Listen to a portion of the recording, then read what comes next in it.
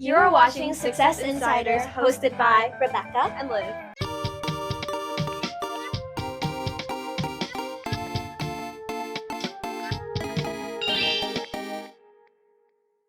And today's guest is Deb Lempke. She is a musician and a business owner here in Boston. Tell us more about yourself. Okay, so my business, so I've been in Arlington since '88. And before that, I had another business for a little while, music store in Saugus. Okay.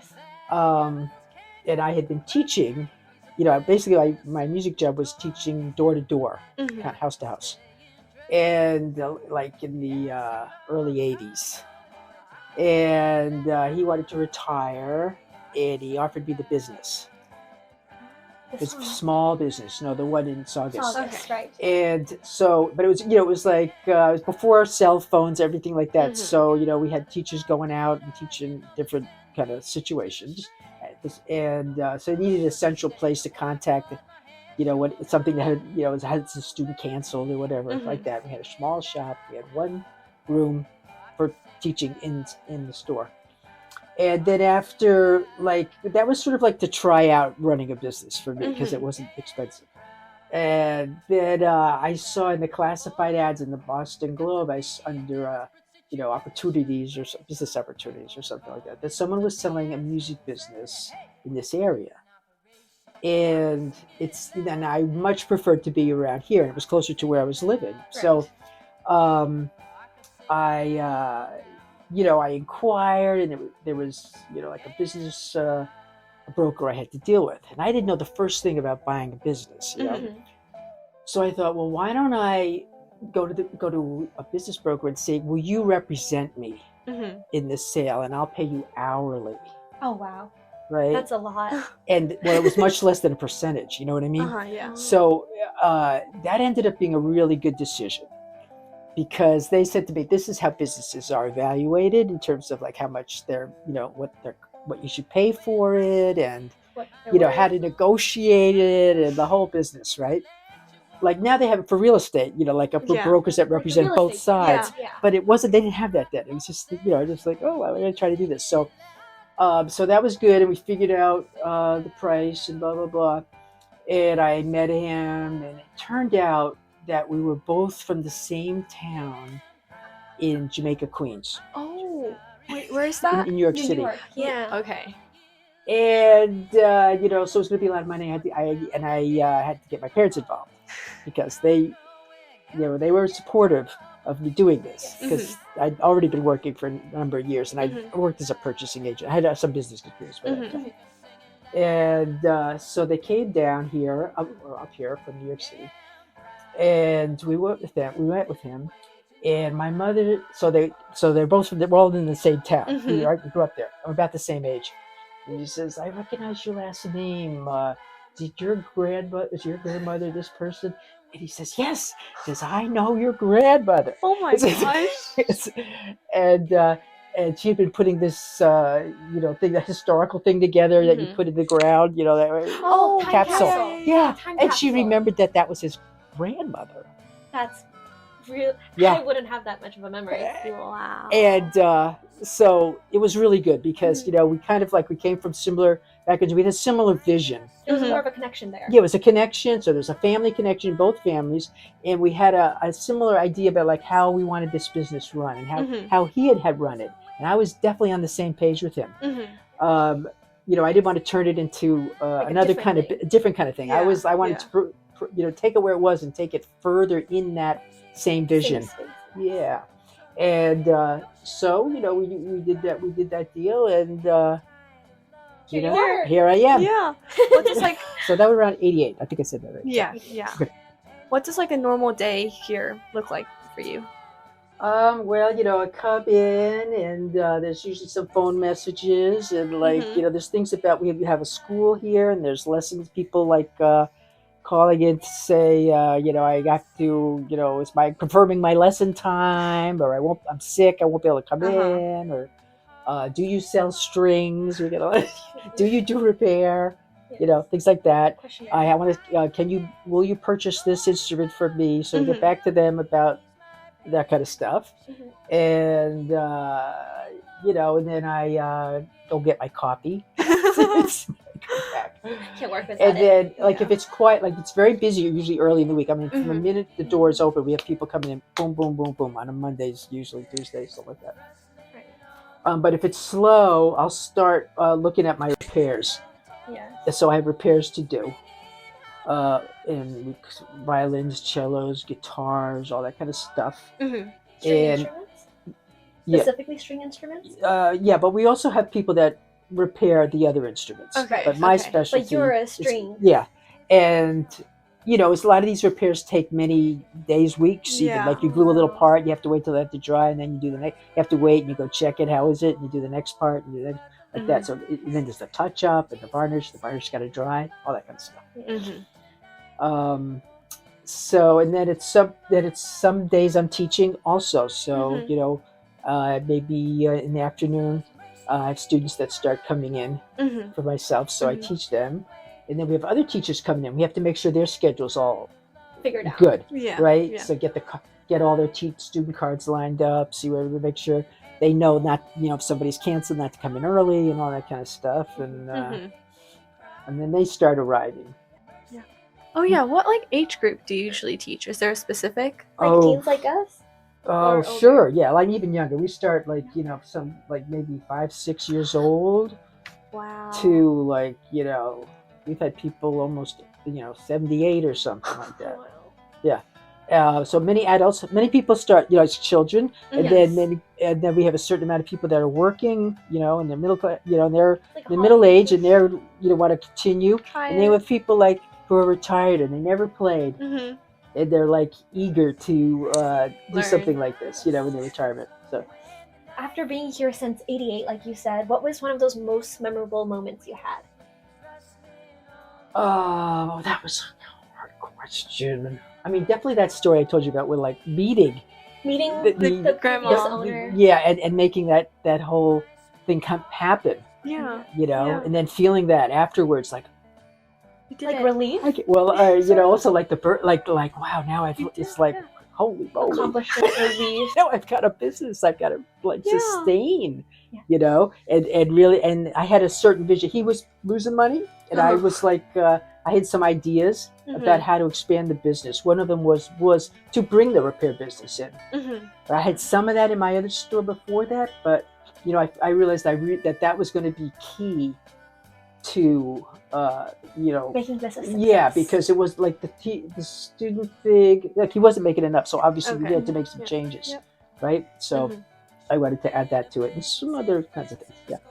What's an important aspect of yourself that you think you would want to share that's related to your professional life? Well, I like people.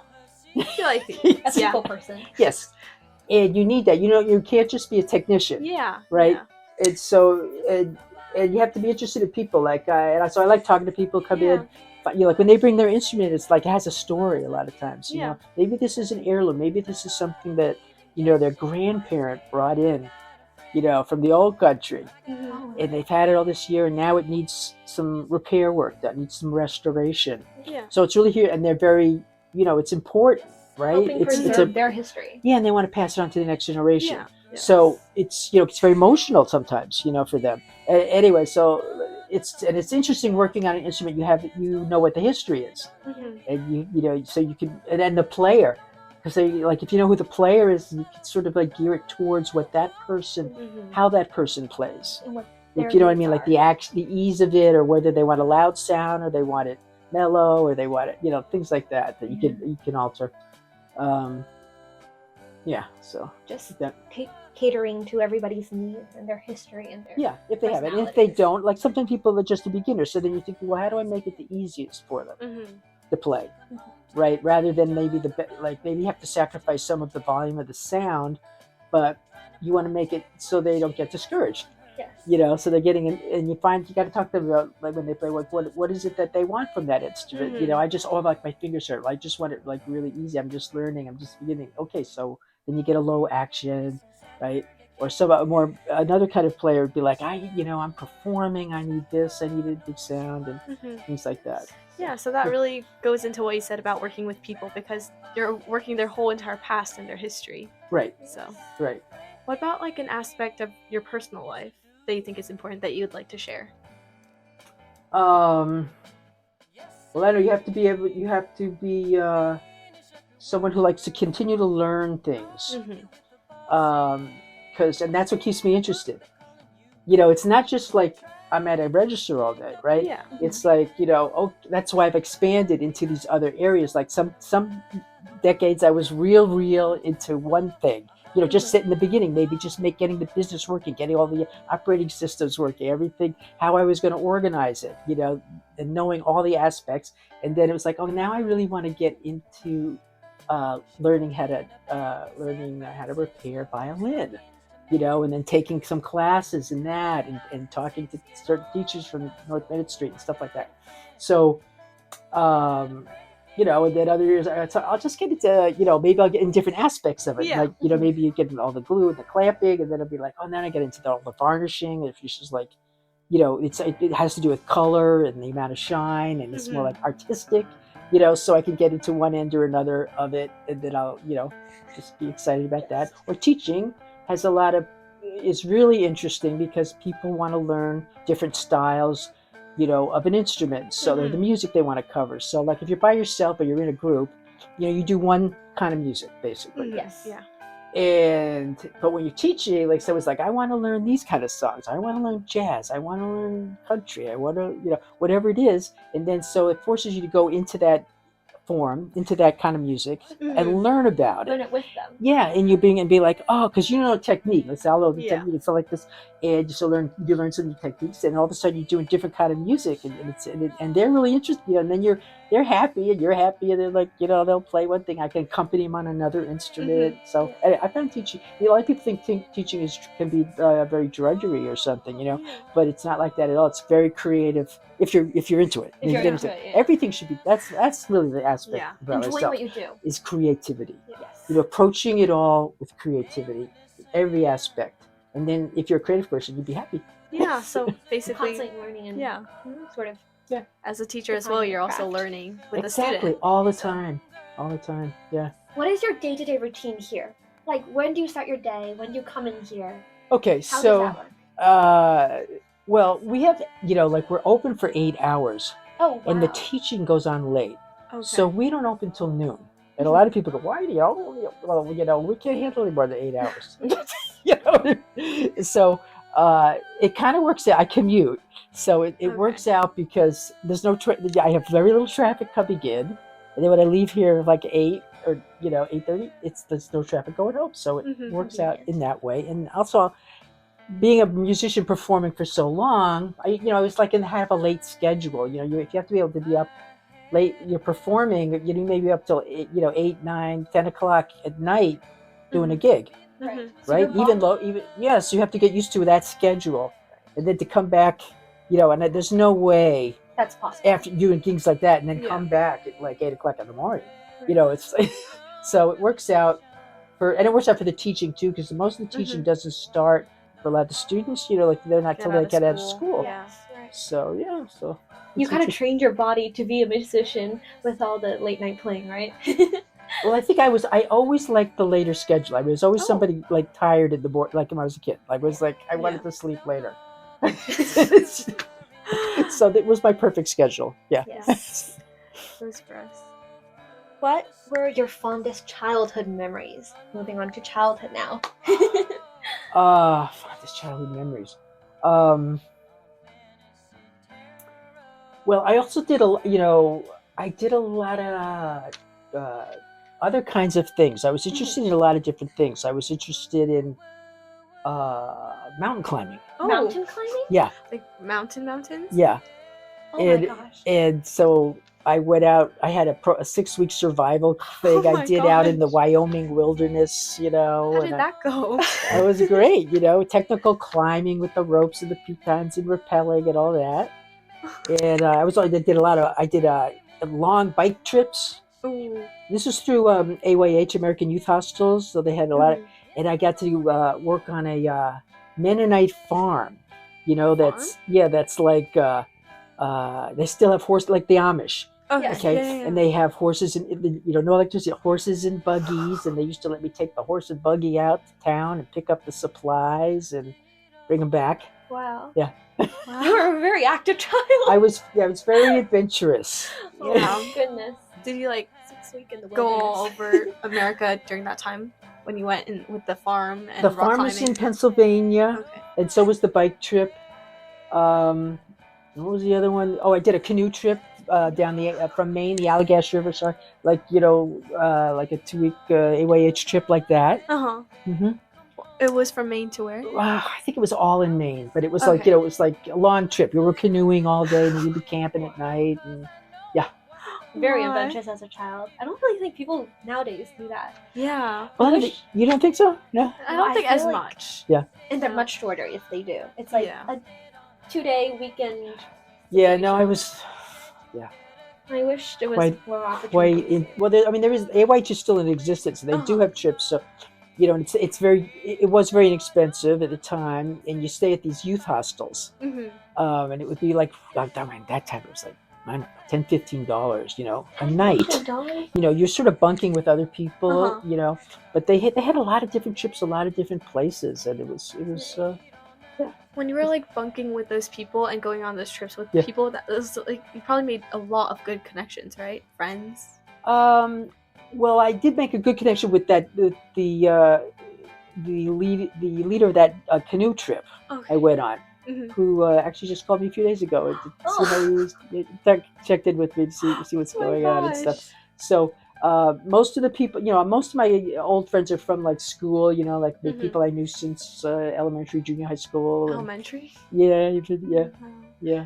What was sort of something in your childhood that shaped your music? Like, what was that spark Okay. for music in your childhood? Okay, so I had a difficult childhood. Mm-hmm. I was my mother gave me up for adoption. Mm-hmm. Okay, and I was in foster care for a few years, 4 years, and then I got Mhm. adopted. But that really shaped me because it was real traumatic, and because I had been in that foster care situation, so I knew, it wasn't like they could pretend I was their real child, it was like, so I had a lot of memories, and there was a lot of mysteries Mm-hmm. about where I came from and this and that, and all my life I was thinking like, and then like recently the genetic, 23andMe? yeah, that what it's right. called? Oh, Well, I guess I found my birth family recently. just about 2 years ago, 2 years. That's real. Wow. and I have like 4 sisters. Did you reach and out my to mother's any? still alive. So it was like that was like it all, it was like wow, and it helped me because instead of feeling like everything was like a mystery, it Mhm. kind of really grounded me, and Mhm. and I'm like, oh, this is the story, and this is the, and all the information, because my records were sealed. Mm-hmm. They wouldn't let you know anything until like maybe about 5 years ago in New York, they finally opened them. You could actually see what your Mm-hmm. real name, your original name was, and what where you were, and all that kind of stuff. So that was definitely something. That story was something that I put into a lot of things I was writing, and some songs I wrote, Mhm. and also stories I wrote, and it was very big for me, Mm-hmm. So that need to express, Push. and we were supposed to, in that era, so in the 50s, Mm-hmm. it was, you weren't supposed to talk about it. Nobody, you weren't supposed to sit, your parents, I adopted, they didn't want me necessarily telling anybody that I was adopted, right? Mm-hmm. And it was like, you just didn't talk about it, right?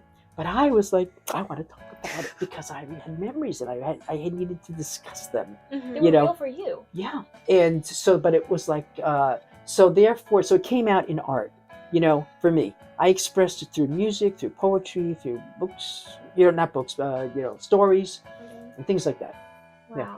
What age did this event happen? Like, Or when I got adopted, like right about when I was, well, first I was in this one foster home till I was 3.5, and then I went into another let's say it was going to be my adoptive home, but it wasn't secure yet. It was like I Mhm. was there for another year, and then I remember them taking me to a court, in a judge's private quarters, Mhm. and saying to me by myself, "Are you happy at this family?" And I had to make a decision then. That's very scary as a child. Yeah, Yeah. but I felt like, oh, it's so much better than the foster home. I'm definitely staying here. So yeah. That was your So decision. yeah. So, but anything, everything about the 50s was very, repressed. Mhm. Keep it a secret. Yes, everything was like be normal, be normative. Mhm. Everyone and Leave It to Beaver kind of show. I don't know if you ever see that show, but I mean, you ever see that show? It was like I it was like a TV show that with the perfect little family. That was playing at that time, kind of, Mhm. and everyone just wanted to conform. It was after World War II. It was soon after World War II that the 50s began, Right. and I think my adopted parents sometimes too. They feel like they weren't good enough. They feel unworthy or something. They feel like they didn't. It's not. They weren't able to produce a healthy child, Mhm. and so they feel bad. So they don't want you telling other people that you went through that. Yeah. Yeah. How did your community and family help you Through that. or friends or any? Well, okay. So I grew up in New York City, Mhm. and a lot of people I knew there growing up were from immigrant families. Okay. And a lot of our families had come from Holocaust surviving families. Oh wow. Now, not my adopted families, but as it turned out, and I kind of sensed that as my birth family. Yes, They were. yes, and a lot of the family didn't make it. And my birth mother came over. She came over when she was 8 years old by herself. By herself? Yeah, and to meet her, and her mother was here, right? The parent had to come in first, and then there was a whole thing they had to go through in order to receive her. That was in 1939. So, she went through a lot, like what I went through, because when she got there, the father had abandoned the family, and they had to put her like in an orphanage. Mm-hmm. Oh wow.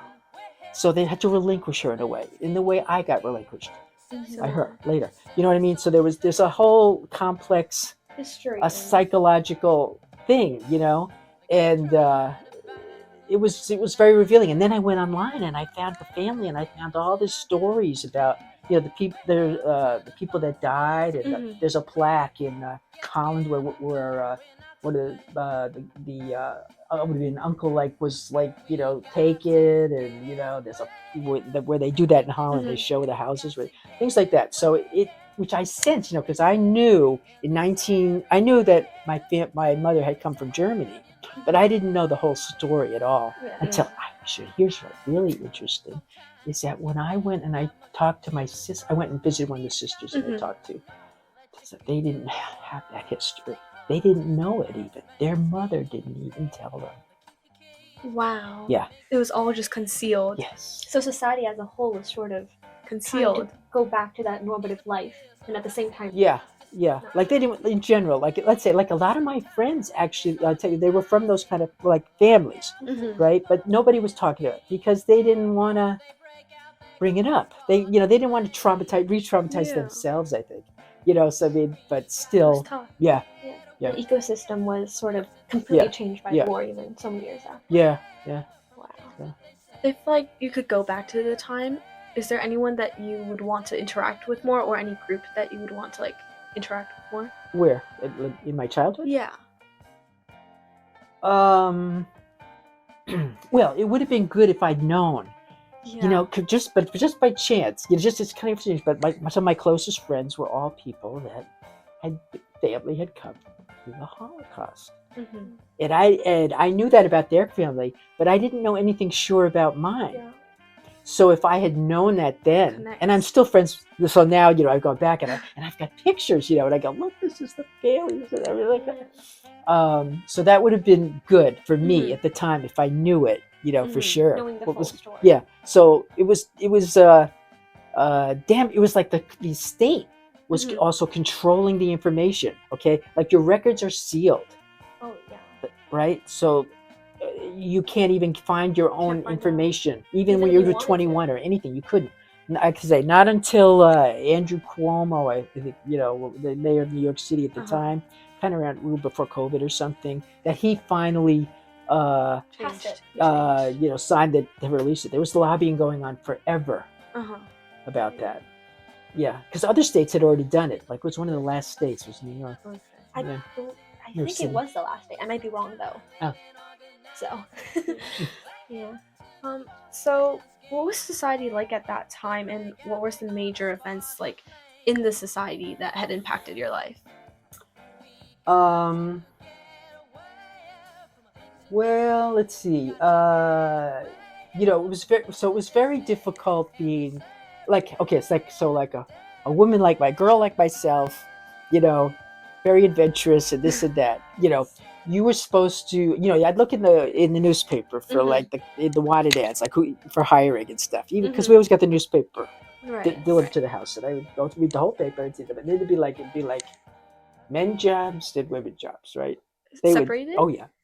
And the women's jobs would be like secretaries, teachers, and something else. I can't even, something really else that would have been like, seamstress, Helping. something like this. And I was like, well, I don't want to, don't none of like any those of jobs it. appeal to me. Yeah. This I was sounds so thinking, what am I boring. going to do? And and then, we also like, and I was very athletic. I told you all the things, right? Adventurous enough. And they didn't have Title IX yet. Okay, so that is so that meant that we got we didn't have any. We weren't allowed in New York City. Girls were not allowed to compete against other teams from other schools. What? Okay, No. no, it wasn't. Then how No, did that work?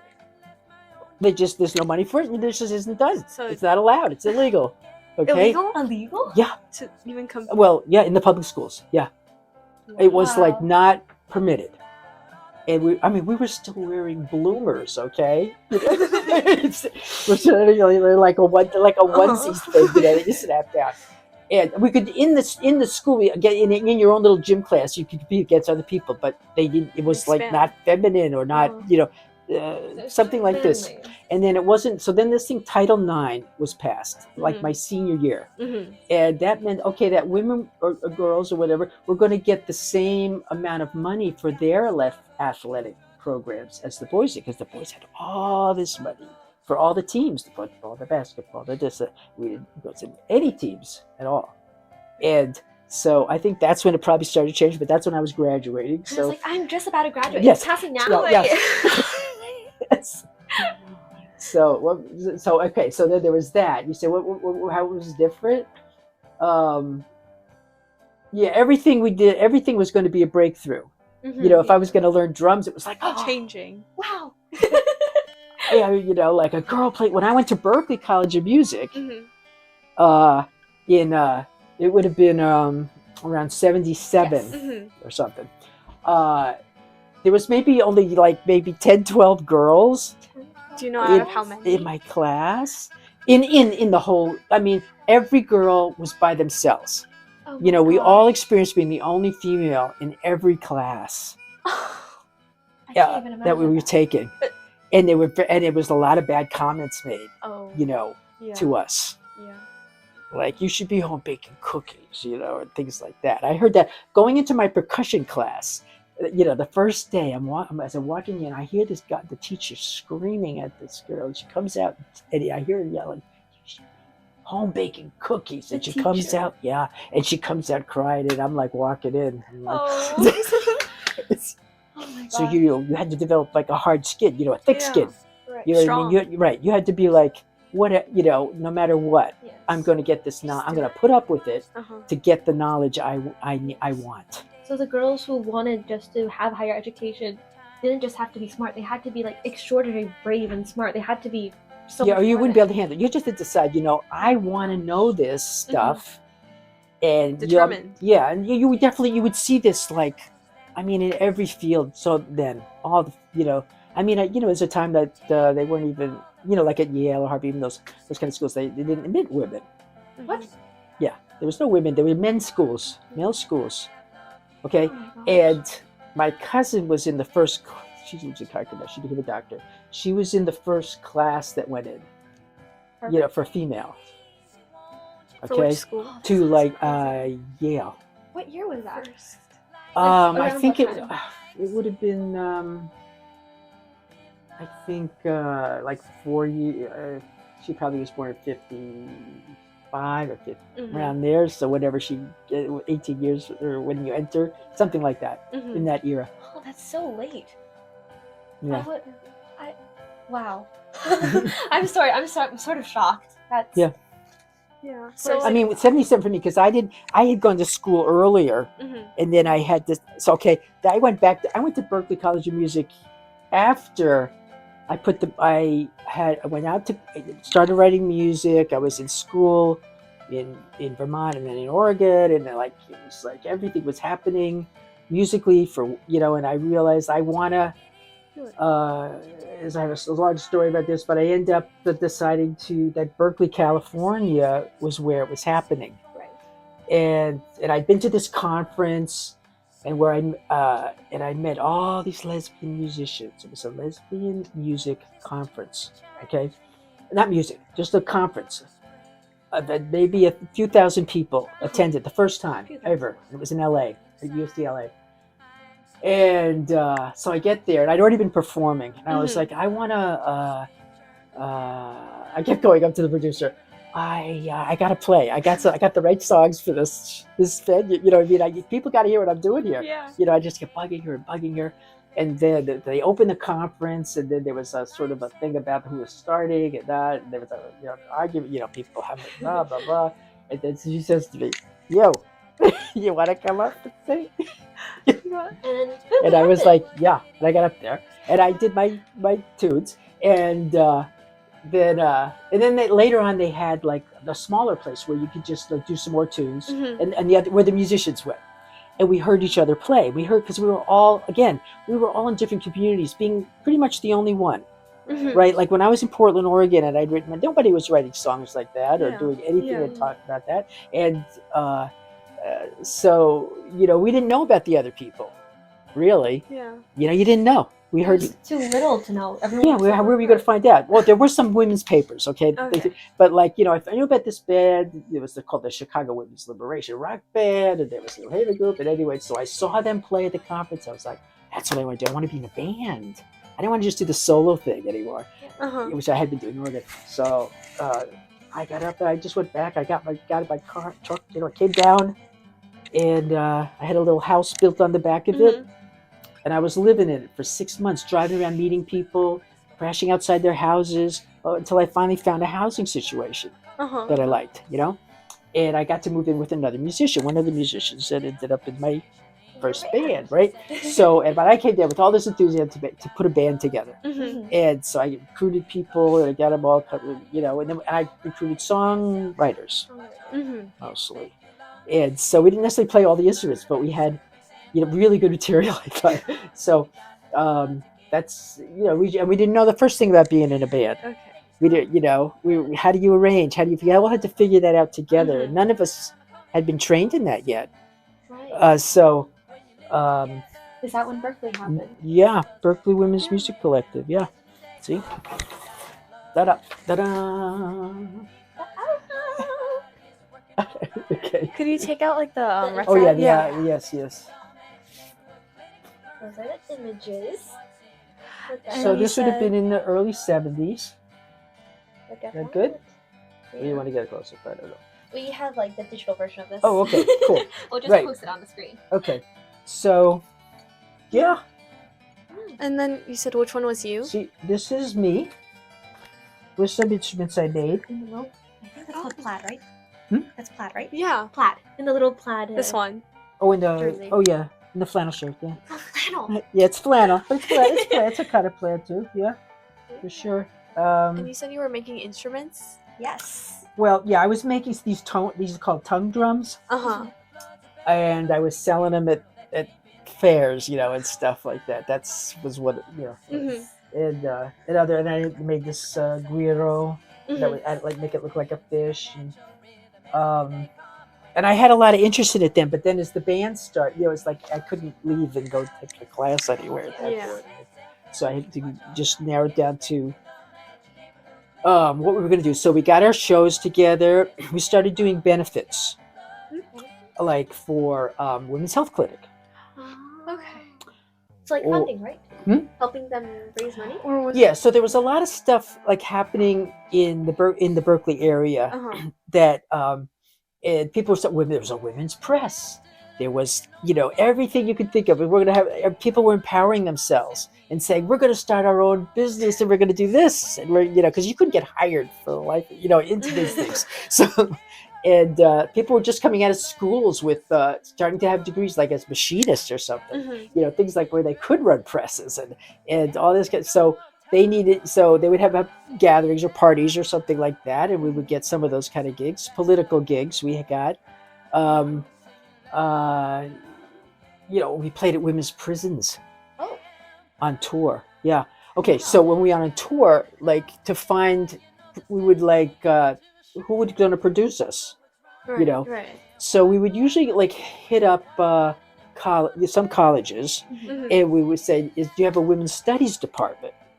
And then we would talk to somebody over there and say, well, we have music that that really talks to us about our women's issues, Mhm. and they would say, yeah, come, so they'd book us, and so we'd play some of those, and we'd play, and they'd also, so some of the producers were hooked up with other other kinds of Other things, talents. other things. So in some of them were doing like programs at prisons. Okay, So that's where you got to. the women's prisons. Yeah, so they'd say, well, we'll do a show for you here. Well, you do a benefit at this prison. We played Framingham. Oh. Yeah,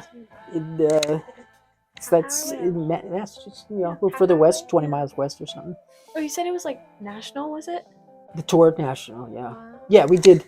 Well, first maybe we did just the West Coast, and then we were like, okay, let's book the entire country, That's oh my gosh. and we figured that we go here, and we got one of my roommates to make the calls and like act like an agent or something. Communications. And call this or that one, just put it out there, and it was very intense because we were driving. There was no flying; it was too expensive. Right. So we just had a Econoline van. One or two people had to be lying down in the back because not only the band members, but we had the sound person. So. Oh, was that like with all the instruments as And well? the And they're just like laying there. Yes, no, the instruments. They had somebody build a shelf, like a bed, okay, and it was wood, and then they put a carpet over it, okay, To protect and everything under. Well, that's so you could lie at it, with that, and you had about this much, Oh my space gosh. after lying down. But they put all the equipment felt, fit inside underneath. Right. And maybe one person's lying down or something, and then like we had 2 seats. I went to the car, some junkyard, and found 2 seats, and I drilled the holes in the bottom of and I bolted them in, and then we had a cooler, so someone's sitting on that, Oh my gosh. Yeah. Oh my gosh. That would not pass traffic laws today. No, we're not sure. We didn't even. I don't even thought about it. Like it's like, why wouldn't it? Just do It was just an empty van. Right. It was a potter's van. He used to transport clay. So I don't know. So it was just empty. So we just put the seats in. We put this in. We put that in. And yeah. They just like went around and toured. Yeah. We toured, and then we come back, and then we got. It was hard. It was hard because it's so I find it very disorienting after a few weeks. Like I didn't even know where I was. Yeah. It's like from town, and then you sleep, and then you stay. You meet the producer, and then you go to the next one, and the next one. But it was so interesting, and we knew that it was like groundbreaking, and everything. We got hired, and usually we're hired at women's spaces, but we got hired by this. In this school in Vermont. It was funny. It was a men's college or Catholic college or something like. Like we were like, specifically a men's "Who? college? How did we get here? How did we get, why are we?" And it turns out the librarian They wanted to and recorded it, and like she felt it was very important, and everything. So yeah, so we were just bringing this new material, and people were so happy to hear it, at the time. Yeah. Would you say that was like your most memorable Like performance? experience? Yeah. Or Well, that was yeah. I'd say my 20s, the whole 20s were like, I had enough like a time to daydream. do it. We couldn't continue to keep doing it, right. But the 20s were a time to travel the country a number of times, like at least 3 times, I Explore. think, and meet a lot of people, and and then afterwards, like Reagan got in. Okay, he's like this president. You ever hear of him? Yeah. Okay, I've heard. so when he came in, it was just like that. Like all the money got pulled out from all, like so much stuff. That is, like in terms of like programs, and so I thought, well, this is the time to, and everything. Well, there was also going on was the Vietnam War, right? That was the whole Right, thing, and so, but and that whole fight to get us out of that, and that's then after that, the women's is when the women's movement really Just came started to off. fruition. Not started off, but like There was a lot of Took people off. learned organizing in that. from protesting the war. Yeah, Yeah. because it was a huge movement. Yeah. And so people picked up skills, but they weren't, there was a feeling among those people that they weren't really being valued. So they were like, okay, now's our time, So there was a big, effort. And there was books coming out, even when I was in high school or something. It was the beginning of things that were going to happen, but it wasn't organized yet. But all of a sudden, collective effort. there was everywhere. It was just sprouting up everywhere. Like what we see right now. There's starting to be pushback on programs being depleted. Today was the day they ended the Department of Education or something. The federal thing. So it's like. And you can just see, and I see I'm a baby boomer. I see, just the other day, I was talking to him. He came in for the guitar that he wants to sell, and he was talking about this protest that he wants to go to, and this and that, and so I know the boom, especially the ones that are retired, there. And another one came. Somebody else came in today, and but they're going to be definitely coming out to protest, because we know it's in our blood now. We've done it, and we're just not going to watch it go down. We're not going to watch it happen. Just gonna fight. Not without a fight. No. So I have a question. So regarding earlier, you said when you were sort of collecting, just meeting people to produce and have your own band, you met one of your members along the way while you were staying at different houses and stuff. Can you tell us how you sort of met and acquired all the other members of the band? Formed your band. Yeah. How are the members assembled? Well, I think so. Jake, I think so. That's her. Really great drummer. She just put another band together very recently. Oh. And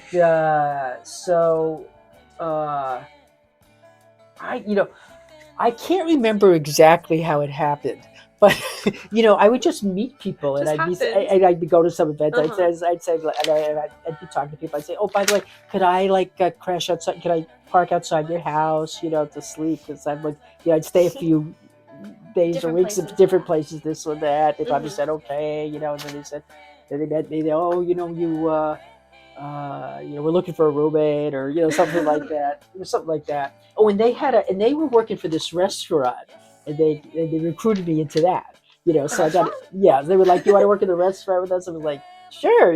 So now I got a job, and I got housing, and you're a musician, and I've got material. I've got all the my material. Yeah. She didn't have a lot of material, but she was a great drummer, and then it was like, I went to some women's softball game, and I made a hit, and I got to first base, and I started talking to the woman at first base, and I was like, "What do you do?" She said, "Oh, I play piano." "Oh, you do?"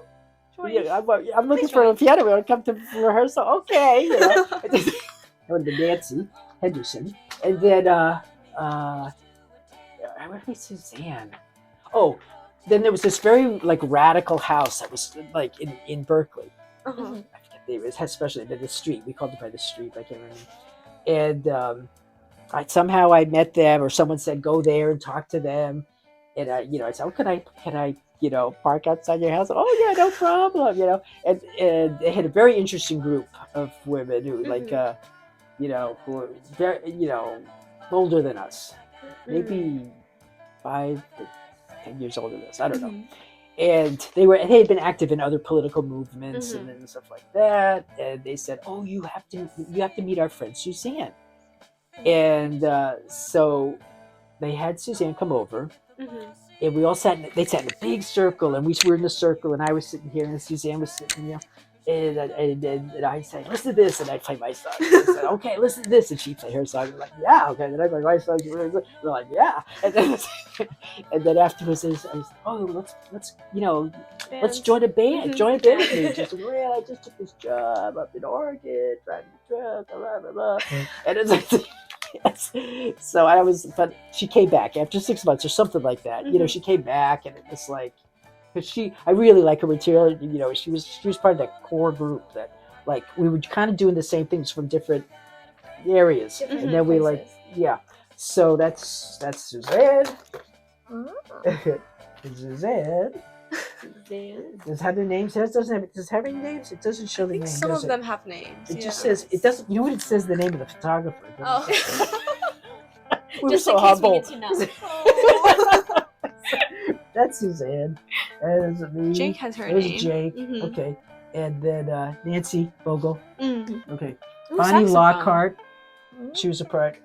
She had been in this other group called the Red Star Singers before, and I'd heard it. She'd played it at one of the colleges I had attended in Oregon, Reed College, and the band came in, and I remember like all her material was very good. So I was like, oh. At her. She ended up replacing one of this other piano player who's in India. Okay. But she's a singer too. This woman, Joan Bobkoff, she helped us with the sound and like stuff like that. But it turned out, when I was talking to her, she went to the same adoption agency I was in, and she had the same worker that placed her. And she's the one that encouraged me to go back, which I did, like, and try to talk to the worker and see if I could get any information out of her. So that was funny, You must have like shifted like your whole entire course. Yeah, it was like, what? The connection. How could you? It was like weird. Okay, that's all the lyrics. Oh wow. The back lyrics. And other people. Oh, there's Nancy. Oh, that's another picture of Nancy's, right? Nancy. She worked at a restaurant. Yeah. Is that Different her restaurant. at the Different restaurant. Yeah, that's her at one of the restaurants. What about Nancy Henderson. Okay, so there's the other. That was the Nancy one I met on the softball field. Yeah, I just was the first person. You play an instrument? Okay, come. Yes. Well, we're in the middle of this I didn't even know. Yeah, okay, got to run there. They got another hit. Got to hit the second baseman. what were like the theme of most of your songs as a band? Gosh. Okay, if you just go through the, let's see the titles. Okay. I wrote the first song I think ever about menstruation, okay? It's called The Bloods. Very telling. And it was for a benefit for the health clinic. That makes a lot of sense. And yeah, so it's kind of humorous, Okay.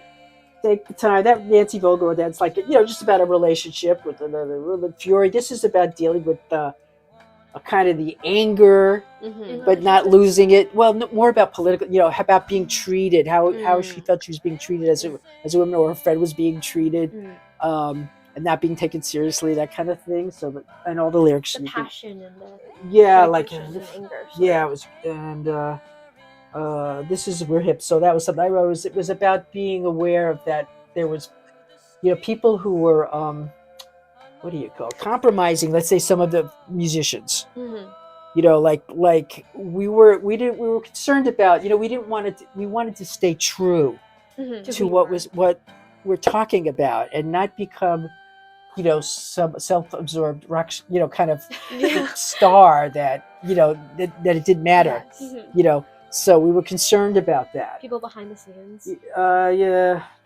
That's one of Suzanne's songs about a relationship which she had when she was a kid, and when she was in high school or something, but she had a girlfriend and her mother was very upset about all the things that happened there. There's me. That's Just another relationship song that Mhm. Vogue wrote.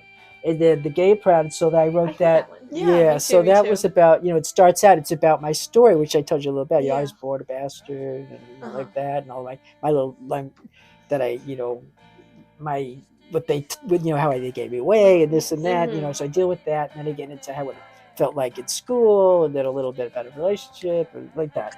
Yes. And so that was a big rallying Song. That was our closer, Mhm. for a lot of the sets, and that's End it with like a bang. that's at the the one end. they put on at the end of this, that film thing. What do we do with that? The film You could lost it. The Racco Harmonies thing. Oh, it's over there. Yeah, it is. right here. This thing. So this, anyone Little interested film. in this scene and what the music was going on, this is a really good story about it. Mhm. And you said that your songs were in this one? I have I have at least one or two. I have one for sure. I can't even remember. Like I saw it like 20 years ago, but some like two or three songs, maybe, I don't know. But I have lyrics. We have some pictures in the beginning. We have no video. There was no video Uh-huh. yet that's come through. But the rest is other video. But there's still shots in the Uh-huh. beginning Yes. more, and So, and it's funny. I was sitting at my cousin's house for like a Thanksgiving meal or something. Mhm. And I'm sitting next to these two people that are friends of hers. And I said, what do you know? We're doctors, we do this, that, and the other thing. And I was like, oh, yeah, I was just sitting here playing music, blah, blah, blah. And it turned out that they were big donors. Like, they didn't. And I was like, oh, I made bands of that. Oh, really? You have so many random connections. My life is like, it's constantly like these things going like, I'll be like at this store and I'll go, we really need to get some more expensive instruments here. Yeah. And then the next day some guy walks in with this really, like anything. I'll be like, this Something is a spot. happens. It's a spot. And we always go, that's the spot. You got to stand and say what you want to manifest. And it just happens. Oh yeah. Yes. You also said that there was a comic, like. Oh, the comic, yeah. Comic. Here you go. Okay. So Mary Wings, she lived in Oregon. Mm-hmm. And but I left school I left school when I was in Oregon. I wasn't sure what I was going to do, but I decided I wanted to be a music major. The school didn't have one, Oh. and I wasn't sure. So I was like, I moved in with her, and she was a potter, Mm-hmm. and we lived in this little house. Okay, $75 a month for the house. 75. Yes, Oh my gosh. and was that considered like a lot? that or was no? cheap. That was No, I'm thinking of Cheap. like right now. a month. Well, maybe Massachusetts. I is mean, more of course, but expensive minimum down wage there. was probably Still. like, I don't know, A lot $1 lower, an hour. yeah. Or something. Yeah. But it's But still, But still, it was Crazy. cheap. Well, I knew it was cheap, and there was two of us, Yeah. So half. So it's like, oh my gosh. and so she was playing banjo. We had somebody else coming over playing banjo, and we just like hang out and play banjo all day, banjo, and and at that point I started, and she was, and I started writing songs, At that time. which I ended like Game Proud. Mm-hmm. Yes. Which started as a banjo, but we put it onto guitar and I changed it Changed it a for the little band because the band wasn't going to be like with banjo.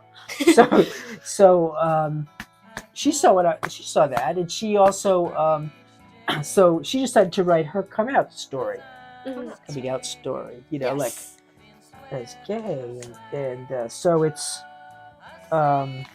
it's her story, and like the party we went to, and this and that, and me, blah blah blah blah blah blah, like that. All those little things. It has you in little.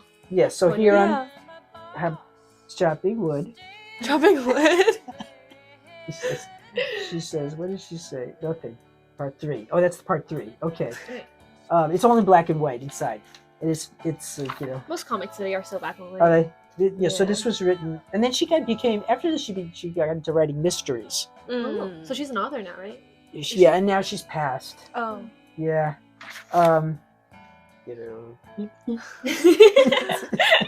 So this was her story of thinking, like, she'd be like, I don't know if I am or I'm not, Yeah. and she'd be like, so we say, well, you're in the gray area, okay, so you just like have to keep thinking. So this is about like all her angst about it, and when she decides, blah blah, it goes on and on and on. So, but anyway, Do you want to show a few pages? okay.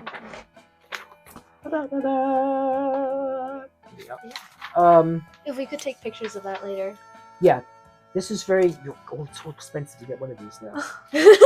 You have it in like a little plastic sleeve Yeah, over here. yeah. I was like the last one in the country. I was like, I'll buy that. my Okay, that I saw. But I was going to show you this. Oh, Is it signed? yes. Well, it just says, "See, subscribe to Debbie with love." Aww. Aww. Wait, could I see that again? Yeah. And that was printed. No. Yeah, it's in the printing. That's in the printing. So it I don't was think It's I the asked her to published sign it. I copy. didn't ask her to sign it. Oh, Yeah. so it's in every. Oh That was Yeah. printed on, so you're in every one of these, right? Oh my goodness. Yeah, this is easy. But it's not absolute. It's not, it also takes from stories from my life that's just, it's like fiction-ish and Mhm. true. You know what I mean? Yes. Some It other portrays a stories realistic story. that I had done, like here she's with me better. Or maybe this is when we didn't go to the rainforest together, but we did hitchhike across the country to go to across the Across the to country. Georgia somewhere. She knew From somebody where? over there Oregon? in Georgia, Oregon, California. Georgia. It's way down south. To a party, to go to a party. What? So she had this friend, like is in art dedication. school, that like their family had bought a castle What? and had it moved. How do you move a It's- castle? I'll change my life